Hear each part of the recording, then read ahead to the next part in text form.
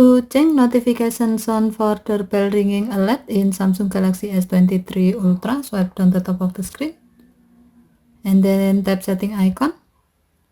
Scroll down the screen to find accessibility. Tap accessibility and then tap hearing enhancement. Tap sound notification and then tap open sound notification.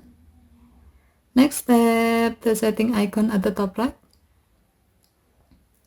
Under preferences section, tap sound types. While the alert for sound notification is set to allow sound and vibration, tap notification categories. Under priority section, tap doorbell ringing.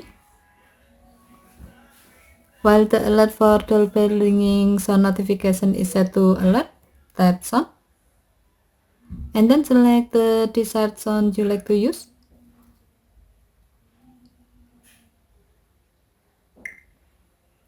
Tap the back button. By doing this, your phone will play the selected sound when sound notification feature is on and it detects doorbell ringing near you. Okay, thank you for watching. Have a nice day.